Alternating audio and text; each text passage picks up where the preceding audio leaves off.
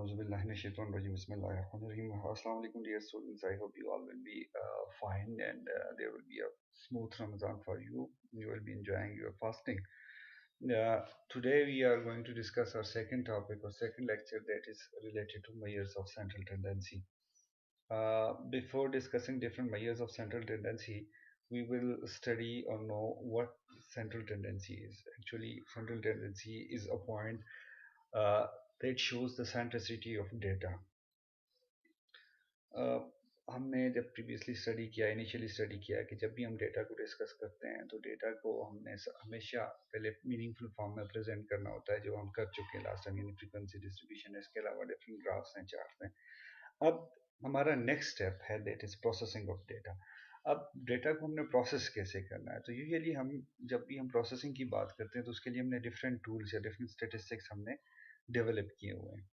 So these statistics are tools are characterized, they are classified in two classes. Number one, descriptive statistics, and number two, inferential statistics. Difference, your descriptive statistics, and they all are the statistics or tool that are used to describe a data set. इनमें हमारी इसकी central tendencies है, यानी central location, central tendency जो data set की बताती है, because हमारे पास एन ऑब्जर्वेशन होती हैं, तो एन ऑब्जर्वेशन को हम किसी तौर पे इंटरप्रेट या समराइज नहीं कर सकते. We always need a single value that can summarise the whole data set, और for that purpose the best of value, that single best value is the central tendency or central location. अब वो central location हमारे पास different उसकी types हैं, different उसकी हमारे पास tools हैं हमारे पास, या डिफरेंट हमारे पास फार्मूलाज कह दें. इसी तरह हमारे पास उनमें एक तो हमारे पास सेंट्रल टेंडेंसी है, सॉरी एक सेंट्रल टेंडेंसी है, दूसरी तरफ हमारे पास डिस्पर्शन भी है, और उसके अलावा हम एसोसिएशन भी डिस्क्रिप्टिव स्टैटिस्टिक्स में देख सकते हैं, लेकिन हमारा इस वक्त फोकस जो है वो सेंट्रल टेंडेंसी ही है. इन्फ्रेंशियल स्टैटिस्टिक्स को हम अपने आने वाले लेक्चर में, जब हमारा ये डिस्क्रिप्टिव स्टैटिस्टिक्स का काम खत्म हो जाएगा, तो फिर हम इन्फ्रेंशियल स्टैटिस्टिक्स को हमने इन डिटेल डिस्कस करना है. तो coming back to the central tendency, so central tendency is actually a value or a point that describe the whole data set. अब इसमें हमारे पास यूजुअली मोस्ट फ्रीक्वेंटली या मोस्ट पॉपुलर सेंट्रल टेंडेंसी जो है वो हमारे पास है एवरेज, जिसको हम एवरेज कहते हैं. Just let me,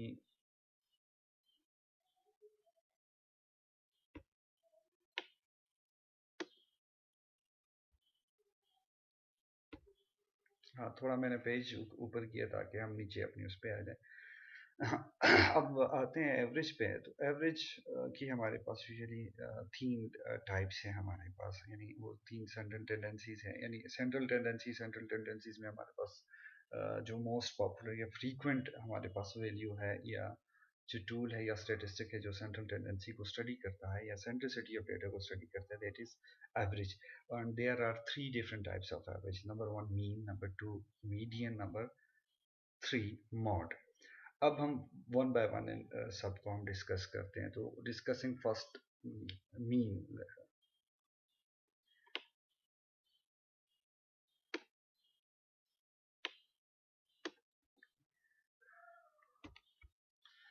Mean is again classified into three different types. Number one, arithmetic mean. Number two, geometric mean, and number three, harmonic mean. So first we will discuss arithmetic mean. It is the most frequently and most simplest type of mean, and it is defined as the sum of observation divided by number of observation. अब अगर आप अपने notes पे या lecture पे देखें तो हमने actually in general values ली हुई हैं. Suppose we have n values. n means हमारे पास कोई sample size होगा, जो हम डिस्कस शुरू में नोटेशंस हम जो है अपनी अर्ली क्लासेस में डिस्कस कर चुके हैं. तो n observation means any number of observation. अब उन ऑब्जर्वेशन को हम इन जनरल जो डिनोट करते हैं वो एक्स आई या वाई आई की फॉर्म में करते हैं. तो हमने यहाँ नोटेशन अभी एक्स आईज यूज की हुई है, तो x one, x two, x three up to x n, let's say ये हमारे पास एन ऑब्जर्वेशन है. इसका मतलब ये होगा कि हमारे पास एन न्यूमेरिकल वैल्यूज होंगी. जो these xi's actually denote some numerical values.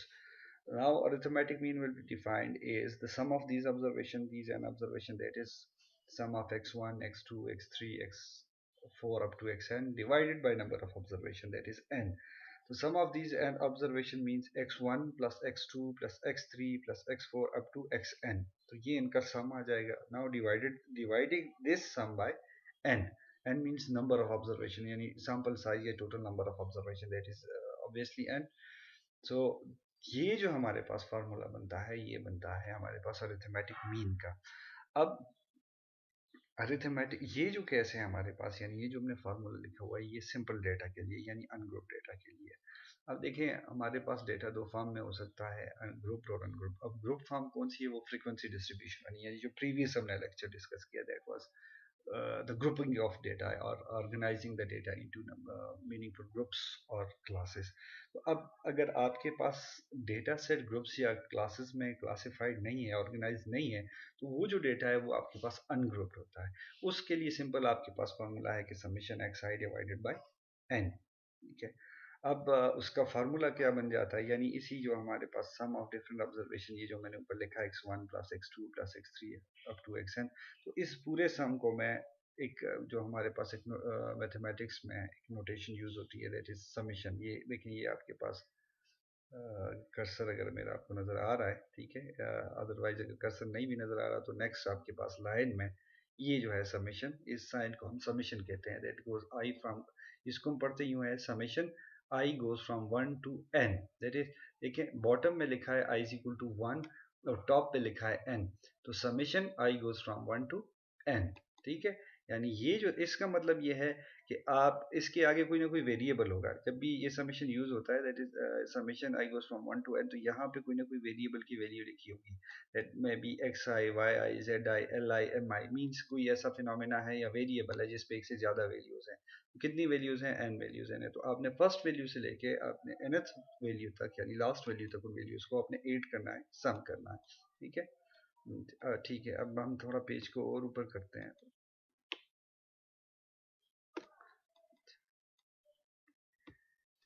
देखें, अब फार्मूला क्या बना. ठीक है, summation x i over n, इसको हमने फिर सॉरी, ये है जी arithmetic mean is equal to summation x i over n. तो ये हमारे पास अरिथमेटिक मीन का फार्मूला बनता है फॉर अनग्रुप डेटा. अब हमारे पास एक्चुअली चूंकि डिफरेंट हमारे पास स्टेटिस्टिक्स हैं, तो हर एक स्टेटिस्टिक्स के लिए हमारे पास डिफरेंट नोटेशंस यूज़ होती हैं. अब भी हम चूंकि अगर सैम्पल डेटा यूज़ कर रहे हैं, ये देखें ये डिवाइजर में n स्मॉल n लिखा हुआ है, तो इट मीन्स कि हमने सैम्पल डेटा यूज़ किया हुआ है. इनिशियली अगर आपको फर्स्ट लेक्चर याद होगा तो उसमें हमने पॉपुलेशन और सैम्पल हमने डिस्कस किया था. फिर पॉपुलेशन साइज की नोटेशन हमने देखी थी.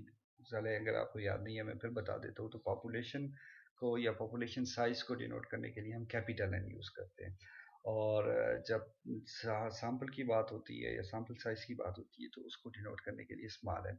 अब किसी जगह पर अगर कैपिटल एन लिखा हुआ है तो इट मीन्स कि डेटा इज फ्रॉम पॉपुलेशन, हमारे पास लार्ज बल्क ऑफ डेटा है. और अगर स्मॉल एन लिखा हुआ है तो दैट मीन्स कि उस पॉपुलेशन का एक छोटा सैंपल, एक सबसेट होगा. ठीक है. अच्छा, अब आते हैं दोबारा इसी पे अपने एक्चुअल टॉपिक पे.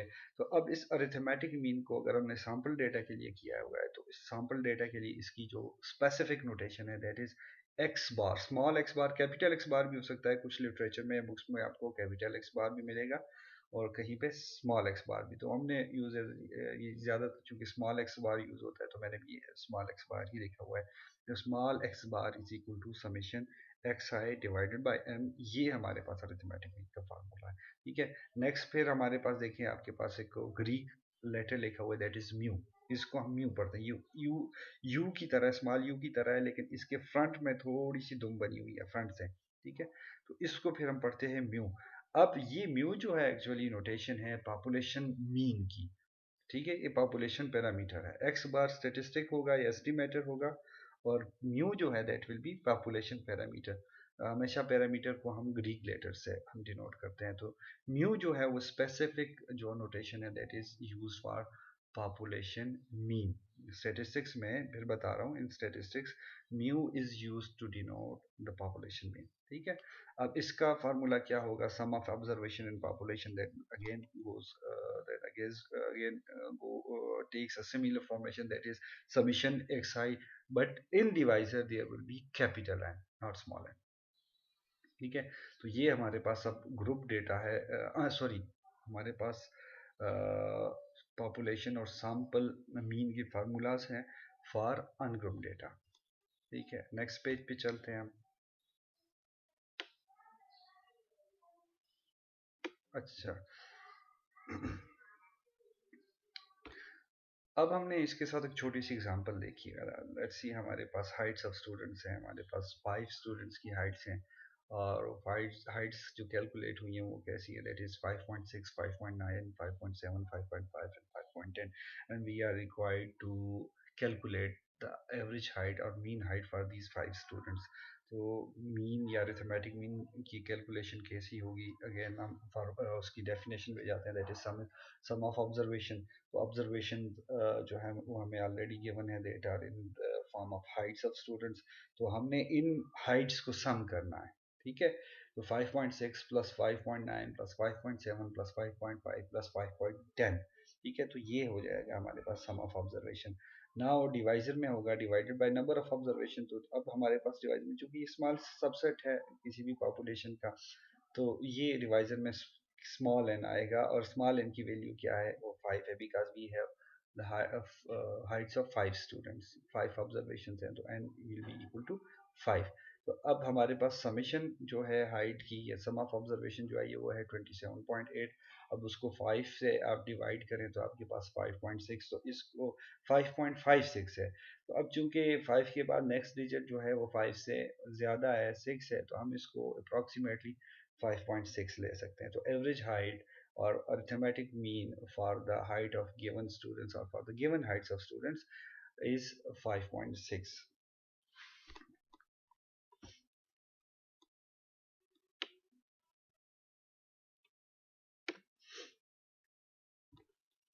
अब आते हैं जी हम ग्रुप डेटा के लिए, यानी अरिथमेटिक मीन को हम देखते हैं ग्रुप डेटा के लिए। देखिए, as we studied in our previous lecture that in group data, data is actually organized in the form of sorry, in groups or classes, not in the form of, but actually it is organized in the groups. So we have class intervals or class boundaries, and against each class interval, class boundaries, we have frequencies. तो अब actual x observation हमारे पास नहीं होती। अब उन x observations को हमने कैसे ऑब्टेन करना है ये हम थोड़ा बाद में देखते हैं, पहले हम ज़रा अपना फार्मूला को देख लेते हैं। तो जो ग्रुप डेटा के लिए फार्मूला है अरिथमेटिक मीन का, that is x bar is equal to summation f i x i divide by summation f i. Summation f i x i, अब देखें समेशन तो सम ही है, बट विद इन सम क्या है, that is product of frequencies and observations.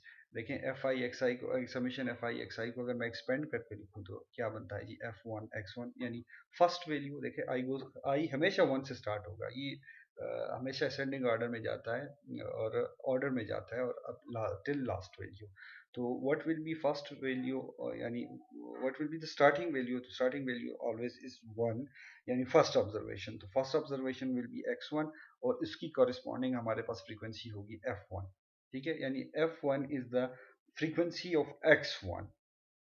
So we will take a product of f1 and x1. Yeah, it means first we have to multiply frequency with its observation, its corresponding observation, that is f1 multiplied by x1. Then sum will apply. Then we will use the notation of plus.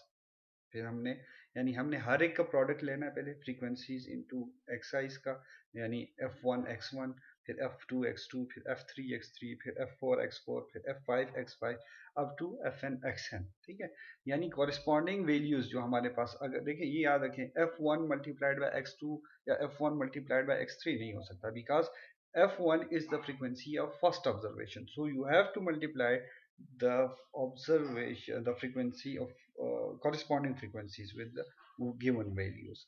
अब ऐसा नहीं है कि आप observation ले रहे हैं तीसरी और उसके साथ किसी फर्स्ट ऑब्जर्वेशन की फ्रीक्वेंसी आप मल्टीप्लाई कर रहे हैं, तो जिस ऑब्जर्वेशन की जो फ्रीक्वेंसी होगी आपने उसके साथ वही मल्टीप्लाई करनी है। तो f1 मल्टीप्लाइड बाय x1, फिर f2 मल्टीप्लाइड बाय x2, फिर f3 मल्टीप्लाइड बाय x3, फिर f4 x multiplied by x4 up to fn multiplied by xn। तो फिर अब हमने इन प्रोडक्ट्स को, ये जो हमारे पास फ्रीक्वेंसीज और ऑब्जर्वेशन के प्रोडक्ट्स आ गए, इनको अब हमने एड अप करना है। तो f1 x1 multiplied by f2 x2 plus f3 x3 multiplied by f4 x4 plus f5 x5 plus f6 x6 plus up to fn xn। तो ये जितने भी हमने पहले प्रोडक्ट्स फ्रीक्वेंसीज के और ऑब्जर्वेशंस के फाइंड किए हुए हैं इनको हम सम कर लेना, ये हमारे पास समीशन है, सम ऑफ ऑब्जर्वेशन होता है। डिवाइजर में क्या होगा, डिवाइजर में n भी हो सकता है और समेशन fi भी हो सकता है। अब हम ये याद रखें कि sum of observation is equal to total number of size, sum of observation is equal to sample size. तो सम ऑफ ऑब्जर्वेशन भी एक्चुअली फ्रीक्वेंसीज क्या है, फ्रीक्वेंसीज हर एक ग्रुप में जितनी भी नंबर ऑफ ऑब्जर्वेशन फॉल कर रही हैं उनका काउंट है। तो जब हम सम ऑफ फ्रीक्वेंसीज लेते हैं तो इट मीन्स कि हमारे पास जितने भी ऑब्जर्वेशन थी जो हमने ऑर्गेनाइज की इन the form of in classes और ग्रुप्स, उन ऑब्जर्वेशंस को हम टोटल कर रहे हैं, तो टोटल ऑब्जर्वेशंस जितनी भी होगी वो टोटल वो सैंपल साइज की इक्वल होगी, यानी total number of observation is must be equal to, will be equal to, actually वो हमेशा इक्वल होगा, will always be equal to summation f i. ठीक है, अब इसको हम हो सकता है आप लोगों को अभी समझ नहीं आ रही हो, लेकिन हम नेक्स्ट एग्जांपल करते हैं, न्यूमेरिकल एग्जांपल करते हैं तो उससे ये ज़्यादा आपको क्लियर हो जाएगा। तो मैं ज़रा पेज के ऊपर लेके जाता हूँ।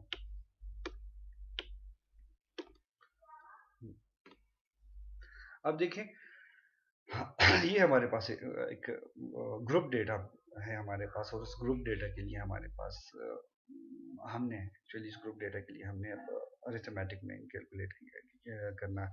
तो देखिए हमारे पास एक साइड पे क्लास इंटरवल्स हैं, दूसरी साइड पे फ्रीक्वेंसीज है। तो इसका मतलब यही है कि हमने जो भी हमारे पास अवेलेबल डेटा था उसको हमने उनकी फ्रीक्वेंसी डिस्ट्रीब्यूशन कंस्ट्रक्ट किया है, सिंपल वर्ड्स हमने उसको क्लास इंटरवल्स में ऑर्गेनाइज कर दिया या डिस्ट्रीब्यूट कर दिया है। तो फर्स्ट क्लास है हमारे पास 1 to 4। अब 1 to 4 की फ्रीक्वेंसी है 7। इसका मतलब यह है कि आपके जो भी ऑब्जर्वेशन आपके पास जो भी सैंपल साइज गिवन था या डेटा सेट गिवन था, उसमें जो ऑब्जर्वेशन 1 और 4 है उसके दरमियान 7 वैल्यूज फॉल कर रही हैं। इसी तरह नेक्स्ट क्लास पे जाते हैं तो 5 to 8। तो इसका मतलब यह है कि जो ऑब्जर्वेशन 5 to 8 थी वो तीन ऑब्जर्वेशन है या तीन ऐसी ऑब्जर्वेशन है जो 5 to 8 की रेंज में फॉल करती है। इसी तरह नेक्स्ट क्लास है 9 to 12 और इसकी फ्रीक्वेंसी 7 है। तो इसका मतलब यह है कि 9 से 12 तक के रेंज में जो वैल्यूज हैं उस तरह की हमारे पास 7 वैल्यूज हैं। अब 13 नेक्स्ट हमारे पास 13 to 16 है, there are 6 values ranging from 13 to 60। फिर 17 to 20 तो there are 4 values ranging from 17 to 20। और फिर 21 to 24 5 वैल्यूज है, तो it means there are 5 values ranging from 21 to 24। अब what is the total number of values, तो just take the sum of this frequency column, तो ये आपके पास टोटल नंबर ऑफ ऑब्जर्वेशन आ जाएगा। तो इसको हम समीशन एफ आई भी लिखते हैं और एन बी लिखते हैं। अच्छा, अब हम आते हैं जी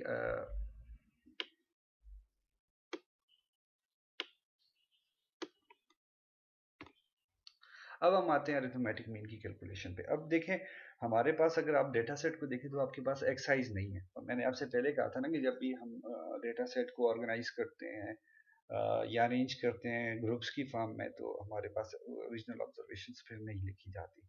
अब हमारे पास चूंकि ऑलरेडी ऑर्गेनाइज डेटा है और हमारे पास ओरिजिनल ऑब्जर्वेशन नहीं है, तो हम एक्चुअली इन क्लासेस को या क्लास इंटरवल्स को यूज़ करके उन ऑब्जर्वेशंस का एक एस्टिमेट ले लेते हैं।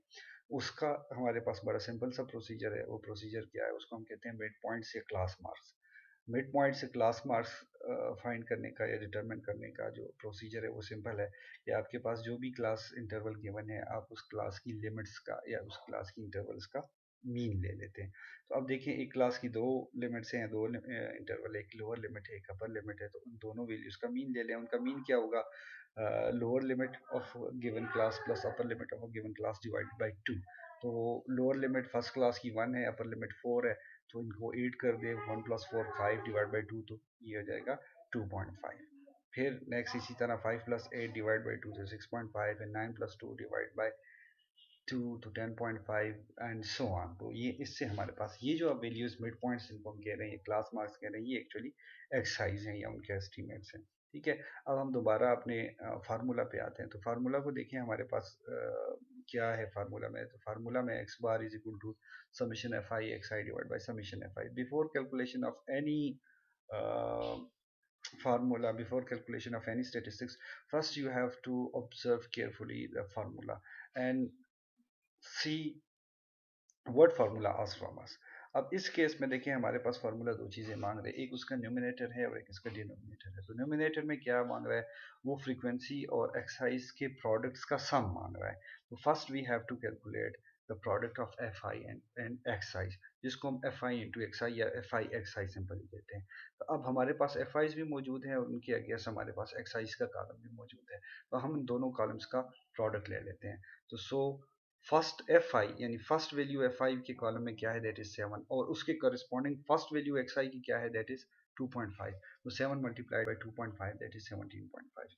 फिर नेक्स्ट वैल्यू एफ आई के कॉलम में दैट इज F2, वो है 3, और second value in x I column that is X2, वो है 6.5। तो दोनों को मल्टीप्लाई कर दें तो 13 multiplied by 3 multiplied by 6.5 that will be 19.5। फिर third value that is F3, वो है 7, और इसी तरह X3 है 10.5। तो इनको आप मल्टीप्लाई कर दें 7 इंटू 10.5 तो दैट विल बी 73.5। इसी तरह फिर फोर्थ वैल्यू है that is F4 6 multiplied by X4, वो है 14.5। तो 6 इंटू 14.5 दैट विल बी 87। इसी तरह आपने नेक्स्ट F5 को X5 के साथ और F6 को X6 के साथ मल्टीप्लाई कर देने, आपके पास कॉरिस्पॉन्डिंग वैल्यूज आ जाती हैं, वो एफ आई इंटू एक्स आई की कॉलम में मौजूद है। ठीक है, अब ये आ गया हमारे पास product of frequencies and x i's. अब हमें क्या चाहिए, देखें इन प्रोडक्ट को फार्मूला को दोबारा देखें तो एफ आई एक्स आई के पीछे सिंबल है समीशन, है समीशन आई। ठीक है, तो इट मीन्स कि हमें एफ आई एक्स आई का समेशन चाहिए। तो एफ आई एक्स आई की वैल्यूज आ गई हैं, अब इन वैल्यूज को आप टोटल कर दें। तो देखें हमारे एफ आई एक्स आई की वैल्यूज का सम लें, समेशन एफ आई एक्स आई, तो वो हमारे पास आ जाता है, देखें एंड में लिखा हुआ है 384। तो दिस इज द 384 इज समेशन एफ आई एक्स आई।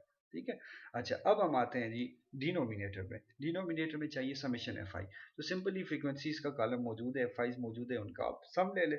उनका आप सम लेंगे, देखिए 7 plus 3 plus 7 plus 6 plus 4 plus 5, तो ये आपके पास आ जाता है 32। तो समीशन एफ आई भी आ जाता है। अब सिंपली ये दो वैल्यूज आपसे फार्मूला मांग रहा था, इन दोनों वैल्यूज को फार्मूला में सब्सिट्यूट कर दें। तो समीशन एफ आई एक्स आई की जगह हम लिखेंगे 384, और डिवाइजर में हमारे पास समीशन एफ आई की जगह उसकी वैल्यू आ जाएगी दैट इज 32। तो अब सिंपली रेशियो है या डिवीजन हो रही है, तो 384 डिवाइड बाई 32, तो आपके पास आपका required arithmetic mean for group data आ जाता है। वो हम देखते हैं नेक्स्ट वैल्यू पे।